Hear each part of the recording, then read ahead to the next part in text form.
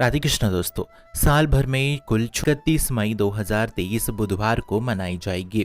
ज्येष्ठ मास के शुक्ल पक्ष की एकादशी को निर्जला एकादशी कहते हैं। निर्जला एकादशी में पानी का एक बूंद भी ग्रहण नहीं किया जा सकता। इस व्रत में सूर्योदय से द्वादशी के सूर्योदय तक जल भी न पिए का विधान होने के कारण इसे निर्जला एकादशी कहते हैं।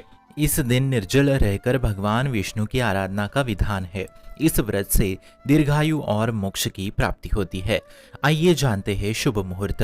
हिंदू पंचांग के अनुसार निर्जला एकादशी 31 मई को मनाई जाएगी। एकादशी तिथि की शुरुआत 30 मई को दोपहर 1:07 पर होगी और इसका समापन 31 मई को दोपहर को 1:45 पर होगा। साथ ही इस दिन सर्वार्थ सिद्धि योग का निर्माण होने जा रहा है। सर्वार्थ सिद्धि योग का समय सुबह 5:24 से लेकर सुबह 6 बजे तक रहेगा।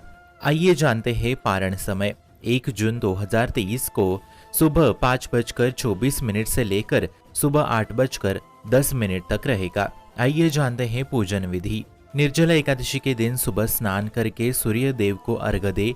इसके बाद पीले वस्त्र धारण करे और भगवान विष्णु की पूजा करे और व्रत का संकल्प ले। भगवान विष्णु को पीले फूल, पंचामृत और तुलसी दल अर्पित करे। साथ ही भगवान विष्णु और माँ लक्ष्मी के मंत्रों का जाप करे।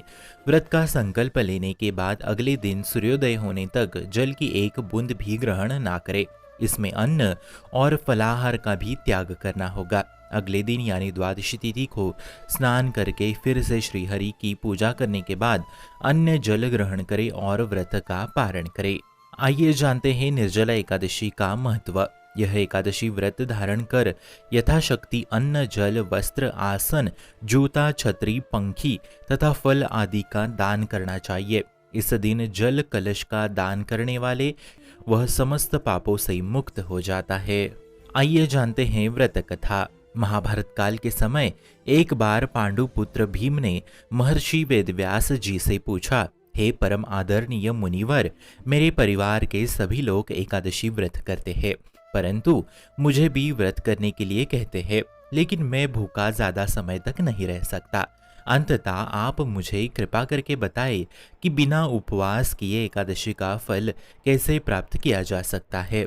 भीम के अनुरोध पर वेदव्यास जी ने कहा, पुत्र, तुम निर्जला एकादशी का व्रत करो। इसे निर्जला एकादशी कहते हैं।